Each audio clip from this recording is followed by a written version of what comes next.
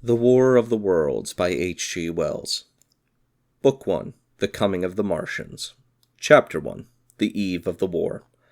No one would have believed in the last years of the 19th century that this world was being watched, keenly and closely by intelligences greater than man's and yet as mortal as his own, that as men busied themselves about their various concerns, they were scrutinized and studied, perhaps almost as narrowly as a man with a microscope might scrutinize the transient creatures that swarm and multiply in a drop of water.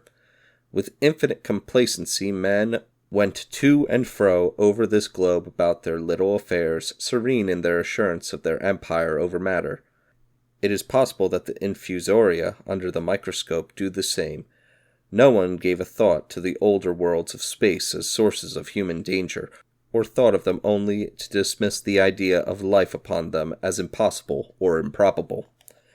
It is curious to recall some of the mental habits of those departed days. At most, terrestrial men fancied there might be other men upon Mars, perhaps inferior to themselves and ready to welcome a missionary enterprise. Yet across the gulf of space, minds that are to our minds as ours are to those of the beasts that perish, intellects vast and cool and unsympathetic, regarded this earth with envious eyes, and slowly and surely drew their plans against us. And early in the 20th century came the great disillusionment. The planet of Mars, I scarcely need remind the reader, revolves about the sun at a mean distance of 140 million miles. And the light and heat it receives from the sun is barely half of that received by this world. It must be, if the nebular hypothesis has any truth, older than our world. And long before this earth ceased to be molten, life upon its surface must have begun its course. The fact that it is scarcely 1/7 of the volume of the earth must have accelerated its cooling to the temperature at which life could begin. It has air and water and all that is necessary for the support of animated existence. Yet so vain is man and so blinded by his vanity that no writer, up to the very end of the 19th century, expressed any idea that intelligent life might have developed there far, or indeed at all, beyond its earthly level. Nor was it generally understood that since Mars is older than our Earth, with scarcely a quarter of the superficial area, and remoter from the sun, it necessarily follows that it is not only more distant from life's beginning, but nearer its end. The secular cooling that must some day overtake our planet has already gone far indeed with our neighbor. Its physical condition is still largely a mystery, but we know now that even in its equatorial region, the midday temperature barely approaches that of our coldest winter. Its air is much more attenuated than ours. Its oceans have shrunk until they cover but a third of its surface, and as its slow seasons change, huge snow caps gather and melt about either pole and periodically inundate its temperature zones. That last stage of exhaustion, which to us is still incredibly remote, has become a present-day problem for the inhabitants of Mars. The immediate pressure of necessity has brightened their intellects, enlarged their powers, and hardened their hearts. And looking across space with instruments and intelligences such as we have scarcely dreamed of, they see, at its nearest distance only 35 million of miles sunward of them, a morning star of hope, our own warmer planet, green with vegetation and gray with water, with a cloudy atmosphere eloquent of fertility, with glimpses through its drifting cloud wisps of broad stretches of populous country and narrow, navy-crowded seas. And we men, the creatures who inhabit this earth, must be to them at least as alien and lowly as are the monkeys and lemurs to us. The intellectual side of man already admits that life is an incessant struggle for existence, and it would seem that this too is the belief of the minds upon Mars. Their world is far gone in its cooling, and this world is still crowded with life, but crowded only with what they regard as inferior animals. To carry warfare sunward is, indeed, their only escape from the destruction that generation after generation creeps upon them. And before we judge them too harshly, we must remember what ruthless and utter destruction our own species has wrought, not only upon animals, such as the vanished bison and the dodo, but upon its own inferior races. The Tasmanians, in spite of their human likeliness, were entirely swept out of existence in a war of extermination waged by European immigrants in the space of 50 years. Are we such apostles of mercy as to complain if the Martians warred in the same spirit? The Martians seem to have calculated their descent with amazing subtlety. Their mathematical learning is evidently far in excess of ours, and to have carried out their preparations with a well-nigh perfect unanimity. Had our instruments permitted it, we might have seen the gathering trouble far back in the 19th century. Men like Schiaparelli watched the red planet.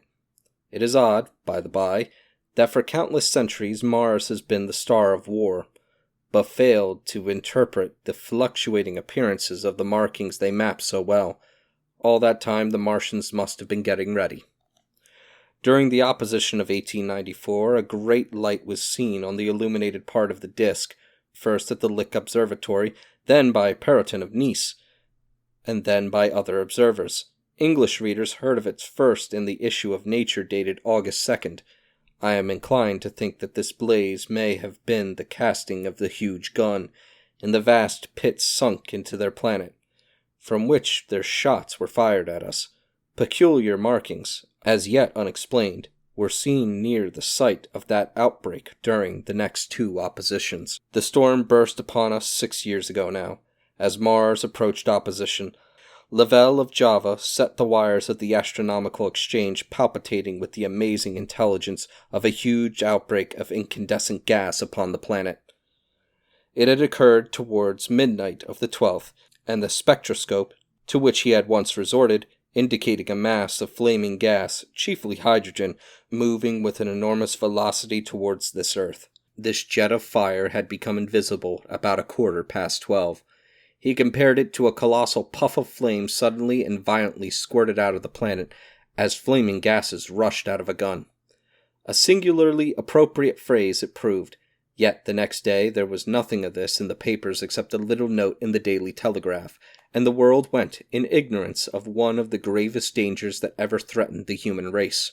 I might not have heard of the eruption at all had I not met Ogilvy, the well-known astronomer, at Ottershaw.